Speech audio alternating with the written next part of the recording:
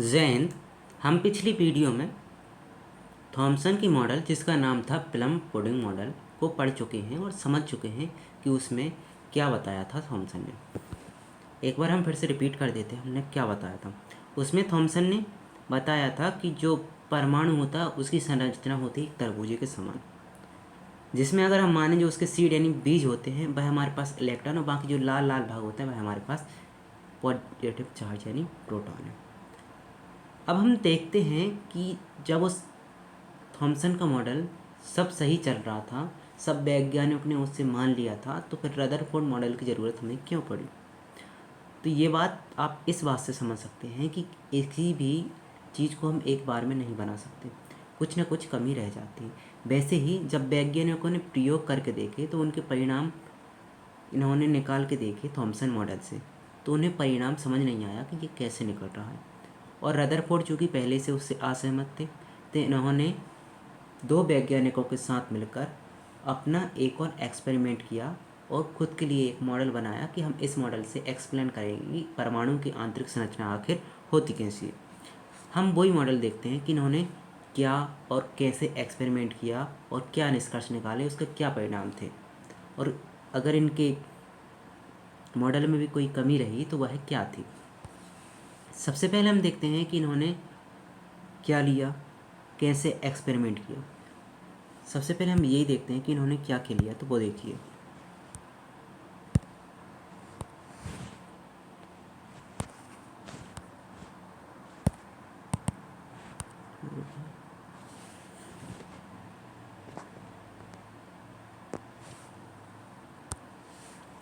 यहाँ पे देखिए हमारे पास क्या क्या दिख रहा है।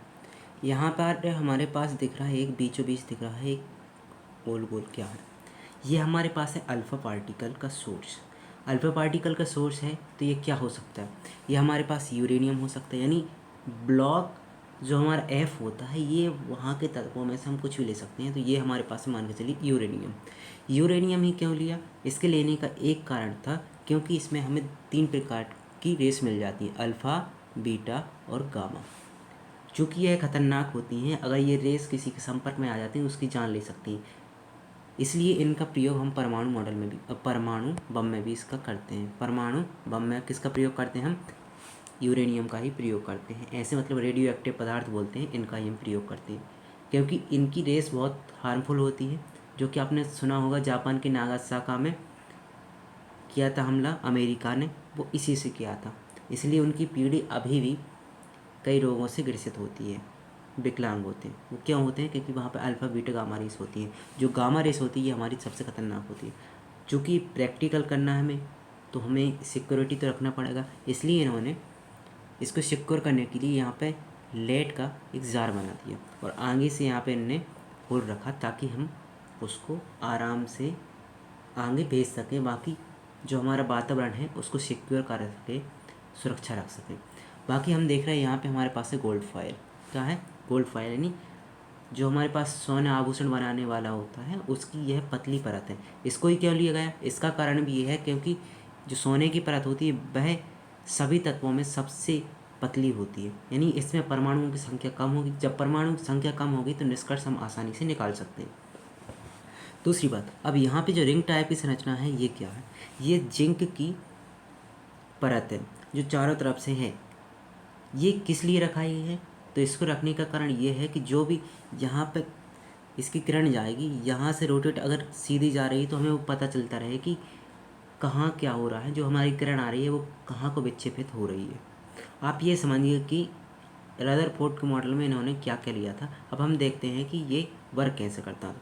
एक चीज़ इसमें नहीं दी है वो है कि यहाँ पे भी इन्होंने एक लेट लिया था जो सिर्फ यहीं से जा रहा था, यहाँ से किरणों को सीधे यहाँ पे भेज रहा था। यहाँ तक आपको बात समझ में आ चुकी होगी। अब हम देखते हैं आगे क्या हुआ। आगे हम देखें तो आगे क्या हो रहा है, वही है बात। यहाँ पे क्या क्या मिल चुका है हम वो देखते हैं। सबसे पहले हमें क्या है, यहाँ पे मान के चलिए हमारे पास यूरेनियम है। क्या हमारे पास में यूरेनियम जो रेडियो एक्टिव पदार्थ है। ये हमारे पास लेड का बॉक्स है। क्या हमारे पास में लेड का बॉक्स है। अब यहाँ से जैसे ही यहाँ से यूरेनियम क्या होगा, अल्फ़ा किरणों की बौछार करेगा, यानी बमबारी करेगा अल्फ़ा किरणों की बौछार, तो अल्फ़ा किरणें सीधी जाएंगी। कहाँ जाएंगी, सीधी। जब यहाँ पे सीधी जाएंगी तो क्या होगा हम वो देखते हैं। कुछ पार्टिकल जो थे वो सीधे निकल गए, जो हम यहाँ पे देख सकते हैं। कुछ जो किरणें थी वो कहाँ हैं, सीधे आर पार हो चुकी हैं। कुछ किरणें थी टेढ़ी जा रही हैं, ठीक है, यहाँ पे देख सकते हैं, यहाँ पे टेढ़ी जा रही हैं। और कुछ किरणें थी जो 1000 या 1200 में से हम देख सकते हैं 180 डिग्री पर वापस आ चुकी हैं। वापस जिस सोर्स से वो गई उसी सोर्स पर वापस आ चुकी हैं। रदरफोर्ड ने ये कभी नहीं सोचा था कि ऐसा कुछ परिणाम भी उन्हें अपने हाथ लगेगा कि किरणें विक्षेपित हो रही हैं, वापस आ रही हैं। इन्होंने अल्फा किरणों का सोर्स इसलिए लिया था क्योंकि ये नाभिक की तुलना में बहुत भारी होती है। ये 2 हीलियम के बराबर होती है। अल्फा किरण कितनी, 2 हीलियम के बराबर होती है, मतलब इनका हम परमाणु क्रमांक देखें अल्फा किरणों का तो 2 4 होता है, 2 4, ऊपर 4 इनका भार होता है, 2 इनका परमाणु क्रमांक होता है, मतलब इतनी भारी होती है। इन्होंने सोचा था कि जो भी किरणें जाएंगी वो सीधी की सीधी, अगर नाभिक होगा तो सीधी की सीधी आर पार निकल जाएंगी। लेकिन यहाँ पे इन्हें आश्चर्यजनक परिणाम प्राप्त हुए हैं, ठीक है। अगर हम इसको प्रैक्टिकली देखें तो हमें कुछ इस प्रकार दिखेगा। हम जो मैं बताने वाला था, जो हमने वहाँ प्रैक्टिकल देखा है, अब वो हम यहाँ पे देखते हैं। यहाँ पे देखने वाले, मान के चलिए यहाँ पे कोई सोर्स है हमारा यूरेनियम, यहाँ से इसकी लाइट गई, यहाँ पे हमने बताया था एक लेयर प्लेट रखते हैं ताकि वो सीधा का सीधा हमारी जो लाइट है वो सीधी जाए। यहाँ पे हमारे पास ये क्या है, हमारे पास में गोल्ड फॉयल है। अब यहाँ से हम देख रहे हैं कुछ सीधी जा रही रेखाएँ, कुछ बाजू में मुड़ रही हैं, और एक आध है जो कि वापस जा रही है। कहाँ जा रही है, वापस जा रही है ये, ठीक है। यहाँ तक हम समझ चुके हैं। ये जो होती है, मैं इसको भी बता चुका हूँ, ये हमारे पास में जो प्लेट होती है ये होती है जिंक की। अब यहाँ है अवांछनीय परिणाम कैसे निकला है वो देखते हैं। क्योंकि इन्होंने ये सोचा नहीं था कि कुछ किरणें वापस भी आ सकती हैं या फिर विक्षेपित हो सकती हैं आजू बाजू में। ये उसी समान मान सकते हैं कि किसी हम तोप के 15 इंच के गोले को टिश्यू पेपर के ऊपर मार रहे हैं। मान के चलिए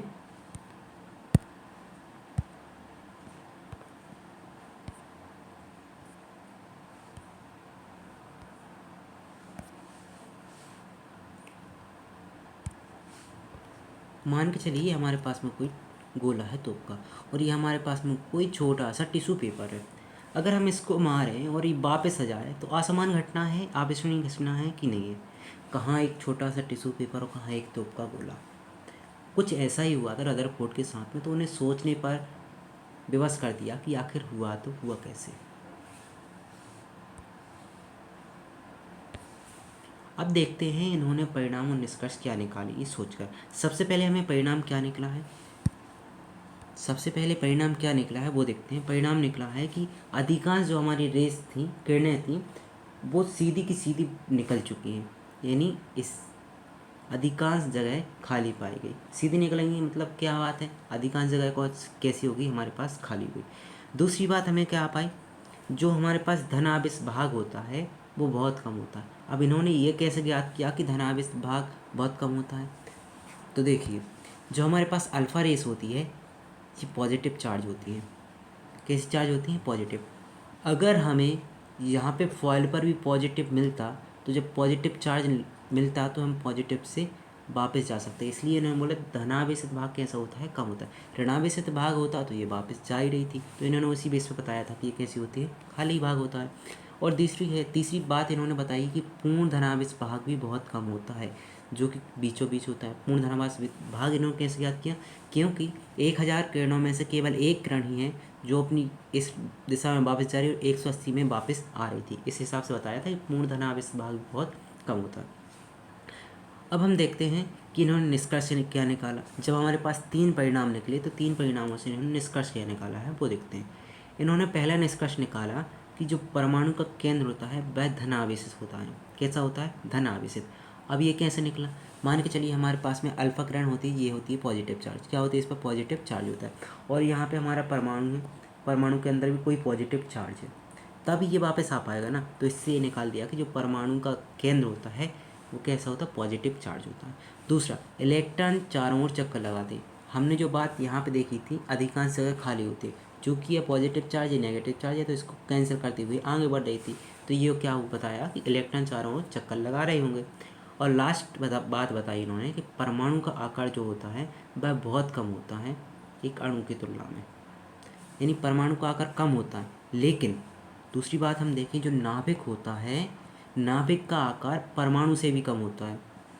यानी हम अगर लिखना चाहें तो हम क्या लिख सकते हैं, नाभिक का आकार परमाणु से भी क्या होता है, बहुत कम होता है। ये इन्होंने निष्कर्ष निकाल दिया। अगर हम सोचें, सबसे पहले हम कमियों की बात कर लेते हैं, उसके बाद हम प्रैक्टिकली इसको कैसे कर सकते हैं मैं वो बताता हूँ। सबसे पहले कमी क्या निकली वो देखते हैं। एक मिनट, कमी क्या निकली हम वो देखते हैं। इन्होंने परमाणु की स्थिरता की व्याख्या नहीं कर पाए, पहली बात। और दूसरी बात, इलेक्ट्रॉन की व्यवस्था कैसे हो सकती है वो नहीं बता पाए। और तीसरी बात, इलेक्ट्रॉन की व्यवस्था नहीं बताया वो बात अलग है। तीसरी बात इन्होंने बताया था कि इलेक्ट्रॉन जो है वह नाभिक के चारों ओर चक्कर लगा रहा है। कि इलेक्ट्रॉन चक्कर कैसे लगा रहा है, क्या बात है, क्योंकि किसी को भी अगर हम ऊर्जा देंगे तो वह निश्चित समय तक चलेगा। जैसे कि हम साइकिल चलाते हैं तो साइकिल एक निश्चित समय तक चलती है जब हम उसमें ऊर्जा देते हैं, यानी पेडल मारते हैं। अब वैसे ही इलेक्ट्रॉन भी तभी तक उसके चारों ओर घूमेगा तब तक उसमें ऊर्जा रहेगी। लेकिन इसको ऊर्जा का स्रोत क्या है, ये कैसे चक्कर लगा रहा है और अभी तक बंद क्यों नहीं हुआ, ये व्याख्या नहीं कर पाए। ये यहाँ तक की हमने बात कर ली। अब हम देखते हैं कि इसको हम दैनिक जीवन में करना चाहें एक्सपेरिमेंट तो हम कैसे कर सकते हैं। मान के चलिए यहाँ पे कोई लड़का है, ठीक है, थोड़ा मान लेना चलो लड़की मान लेना, ये हमारे पास लड़की है और यहाँ पे हमारे पास कोई दीवार है। अब दीवार पे बीचों बीच में हमारे पास कई छेद हैं, ठीक है, 6 छेद हैं, ठीक है। दीवार के कितने पास हमारे 6 छेद हैं। अब मान के चलिए हम इस लड़की की आंखों पर पट्टी डाल दें। क्या डाल रहे हैं हम, इसकी आंखों पर पट्टी डाल रहे हैं, तो मतलब इसको दिखना हो जाएगा बंद। अब हम इससे कहें इसके हाथों में दे दीजिए पत्थर, ये इसके हाथ हैं और इसके हाथों में हमने दे दिए 6 ही 6 पत्थर। अब जायज़ सी बात होगी, क्या परिणाम होगा हम वो देखते हैं। यहाँ से आंख बंद कर ये मारेगी पत्थर, तो क्या होगा, हो सकता है कुछ पत्थर इससे टकराए और नीचे गिर जाए, यानी इसको एक बार आवाज़ सुनाई देगी। हो सकता है दूसरा पत्थर टकराए तो आवाज़ सुनाई देगी। हो सकता है तीसरा पत्थर जो हमारे पास में इस होल में से बाहर निकल जाए तो हो सकता है आवाज़ सुनाई ना दे। और पत्थर आया इसमें से निकल गया, हो सकता है आवाज़ सुनाई ना दे। तो यहाँ पे हम क्या निकाल सकते हैं कि आना तो चाहिए था उसका, जितने पत्थर उसके हाथ में उतनी बार आवाज़, लेकिन चूंकि होल है उसमें, उसकी वजह से क्या हो, वो पत्थर आर पार हो जा रहा है, उसको आवाज़ सुनाई नहीं दे रही। ऐसा ही हमने क्या देखा था, ऐसा ही हमने देखा रदरफोर्ड के मॉडल में कि इन्होंने कैसे प्रयोग किया था। अगर आप इसको करना चाहें तो आप इसे कर सकते हैं। या फिर इस उदाहरण से आपको समझ नहीं आ रहा तो मैं दूसरा बताता हूँ। दूसरा उदाहरण हम देख सकते हैं। मान के चलिए हमारे पास कोई रुई है, ये मान के चलिए हमारे पास एक रुई है, कॉटन है, ठीक है। अब चूंकि ये कॉटन होता है बहुत ज़्यादा सॉफ्ट, कैसा होता है, बहुत ज़्यादा सॉफ्ट होता है, और इसके बीचों बीच कोई ऐसा मेटल भरा हुआ है जो बहुत ज़्यादा हार्ड है, नहीं जिसको तोड़ना या फोड़ना मुश्किल होता है।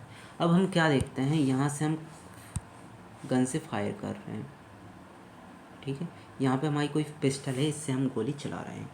तो क्या होगा, जब हम यहाँ से गोली चलाएंगे, ये जा रही है हमारे पास में गोली, अगर यहाँ पे जाएगी तो सीधी निकल जाएगी, कोई दिक्कत नहीं। यहाँ से जाएगी तो सीधी निकल जाएगी, कोई दिक्कत नहीं। यहाँ से जा रही है तो हो सकता है थोड़ी, अगर यहाँ पे लग रही थोड़ी टेढ़ी हो जाए, यहाँ पे लग रही थोड़ी और टेढ़ी हो जाए। ये हमारी है गोली की पोजीशन। हो सकता है अगर यहाँ से हम गोली चलाएँ, ये सीधी जा रही है और इससे टकरा कर वापस जाए, ऐसा भी तो हो सकता है, क्योंकि यहाँ पे हार्ड पॉइंट है। यही रदरफोर्ड ने देखा था। तो हम इस एक्सपेरिमेंट की मदद से भी समझ सकते हैं कि रदरफोर्ड क्या समझाना चाहते थे। बाकी इनके मॉडल में भी कुछ कमियाँ रहीं, तो दूसरे वैज्ञानिक आएंगे तो उन्होंने निष्कर्ष निकालेंगे, उन्होंने कौन सा मॉडल दिया ये हम नेक्स्ट वीडियो में देखेंगे। तब तक के लिए जय हिंद।